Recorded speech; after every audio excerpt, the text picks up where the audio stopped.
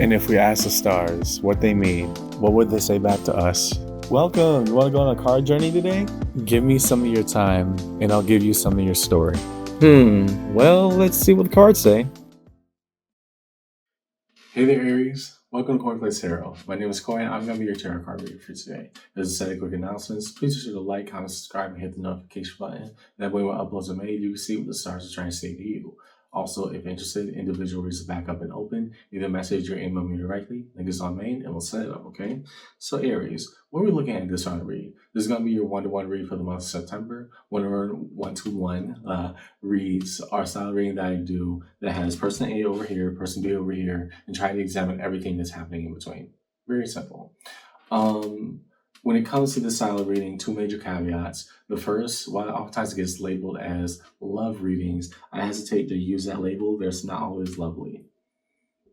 It's just not all the time, right? I don't guarantee automatic rainbows and sunshines. If we're talking about real issues at this table, then I'm real enough to have that honest conversation. So that's the first. The second, it ain't always gotta be about love. Promise you. It could be a family member, coworker, friend, somebody you just met, right?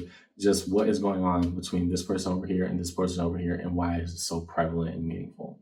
So as a preamble to the read, Aries, take what resonates, leave what doesn't, but don't always be so willing to reverse. At times, it gets difficult. Understand that I, as your tarot card reader here, I'm not here to misguide you or mislead you. Trust me, I got 12 signs to work with and none of the time to lie to any of them.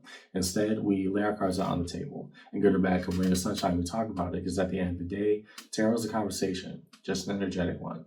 So follow along with me in your one-to-one read today, Aries. And yeah, let's see what the cards say. You're going to be over here. Person's going to be over here. Show us the cards that we need to see, please, for Aries Collective in this one-to-one read. What are the cards that we need to see, please, for this Aries Collective in this one-to-one read?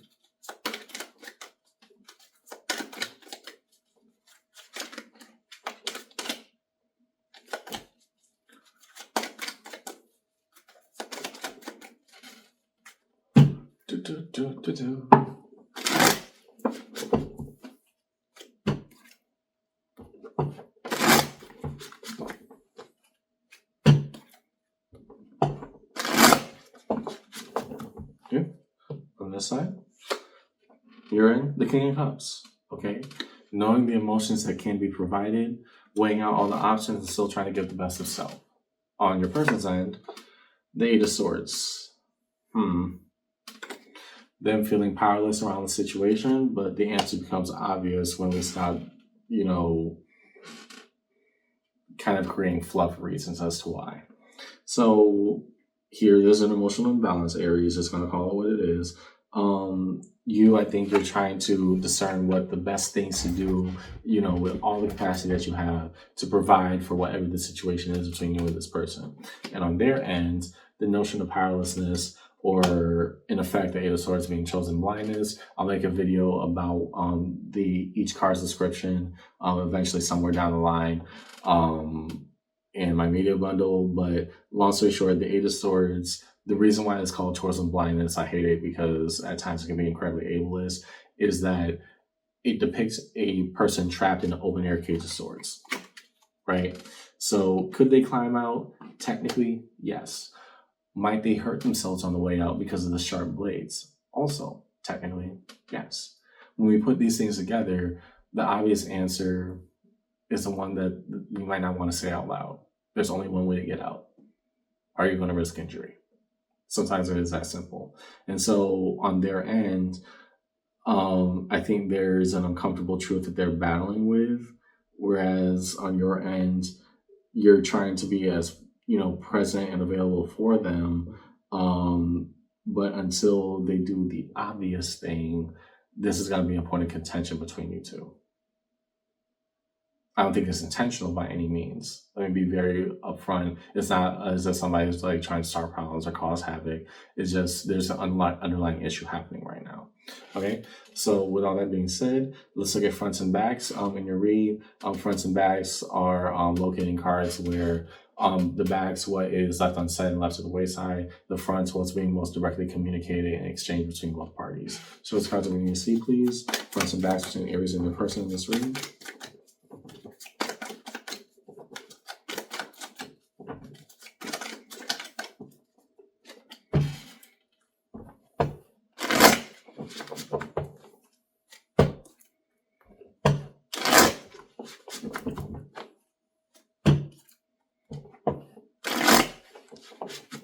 Okay.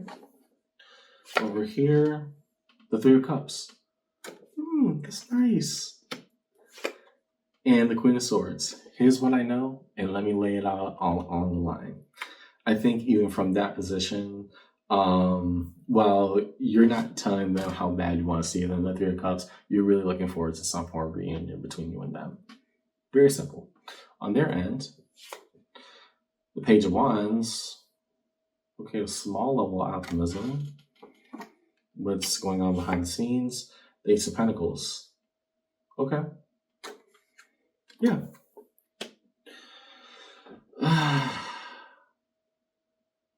So, like I said, energy is not equivalent, but they have their reasons. On your end, Aries, yours is very simple. I want to see you. Let's try to make this work out. When can we, when can we meet each other or meet each other again? Right? All that very bundled very quick. On their end, what's being communicated is, I don't know if it's dimming or expanding. That's the thing, because it's just so small, right? Fire is the element of the human spirit, our drive, our inhibition. And with that level of intent, we had the Page. The Page is the most vulnerable of all the face cards because it's a kid with a match, right? We tell kids not to play with fire for a reason. But in this communication exchange, you're laying it all out online, and this person is saying, yeah. So what do you think about it? Right? There's just this ... this ellipses afterwards, just begging to be expanded upon. But behind the scenes, they want to believe in it too, which is the Ace of Pentacles, the shot at this new opportunity. I'm going to take a wild guess in that you may have history with this person, because the only reason I'm saying this, you have Three of Pentacles here, requesting a reunion that, it's not being the most directly communicated, but that is your desire primarily with this person, Aries. And on their end, we have a new opportunity not being communicated, at least directly with you, but an Eight of Swords around how to negotiate that. So that spells out either one of two directions, right? They are looking forward to it as well, but they're just afraid to, communicate that for X number of reasons. Or B, they may have another opportunity with another person and they might not want to say it out loud, right? Which would indicate the diminutive energy being exchanged back and forth between the parties. Okay, so I don't want to put doubts in your head, but it's very simple because it's pretty much an either or at this point. Next, show position cards. Show each individual position between Aries and the person in this read. What cards do we need to see, please, between Aries and the person in this read today?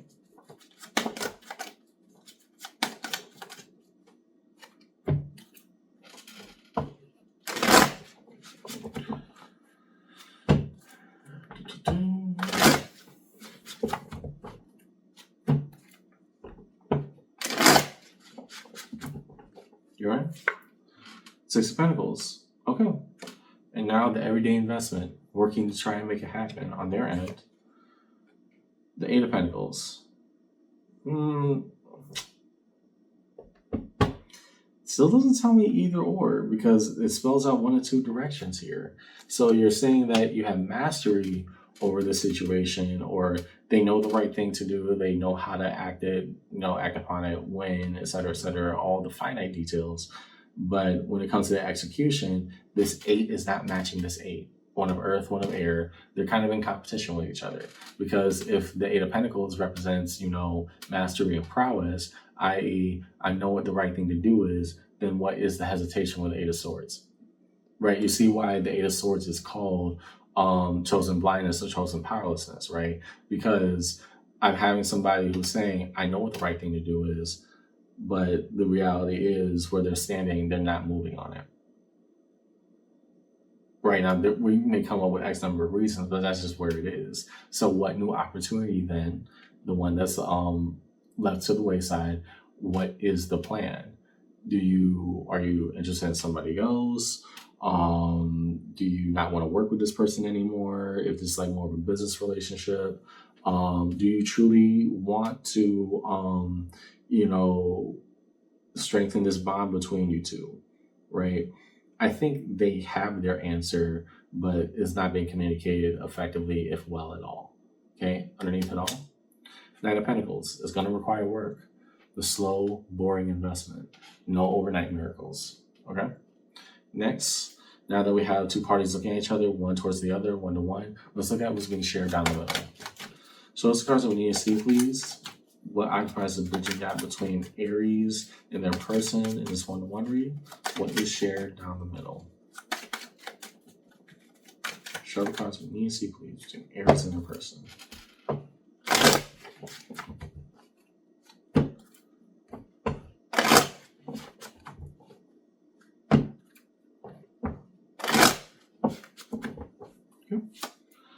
Page of Swords, okay. Observance, what is there to be learned from this? Asking better questions, you get better answers. The King of Pentacles, okay. When we tally up all our resources and that which is available to us, what choice will we make? Hopefully the best and brightest one. Ten of Swords, I don't know if I like that. Sharp, painful truths must be directly discussed. Elements of endings and closures. Justice, the equity of scales, card of Libra, and Queen of Cups, wanting to give your best to this. Yeah, from underneath it all, the Fool, a new beginning. Yeah, I'm sensing this. Here's what's going on, what's shared in between. We have both parties who say we know what the optimal thing is, but if whatever underlying tension doesn't get addressed, it's going to drive you two apart. Right. We're trying to be fair. We're trying to be equitable. We're trying to weigh all things on the table with that justice, the scales of measurement. And then the Queen of Cups coming out saying, I am giving my best. Okay, so we need to talk about this tension. Otherwise, it's going to break this dynamic down. Right. It's actually very simple in that way. I don't think it's intentionally like malicious in that way, Aries, but there is a mutual understanding that hey, there's some unspoken thing that's going on, and if we tiptoe around it, it's going to set a bad pattern of practice that's going to lead to us ultimately not working out anyways, so why not just engage? And then you brought the Fool in the underneath. I think, again, both parties desire a new beginning, but what does that mean particularly for this person? Right, it can go in multiple different directions. Now, I know we can only control how we feel and put our foot down about, hey, this is what's going on, this is what I can provide. But again, these eights aren't matching up. I think this person needs to have a direct conversation with you on what that looks like. That way we know how to move going forward. Last, as we move towards resolution, define the major arcana from across the table in this read. I think there's only one. Yeah, justice.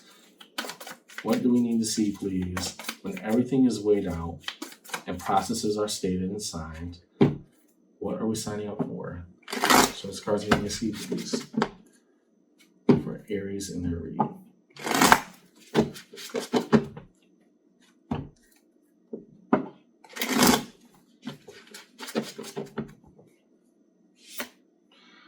Okay. Seven of Swords, yeah. I think both of you know that your dynamic,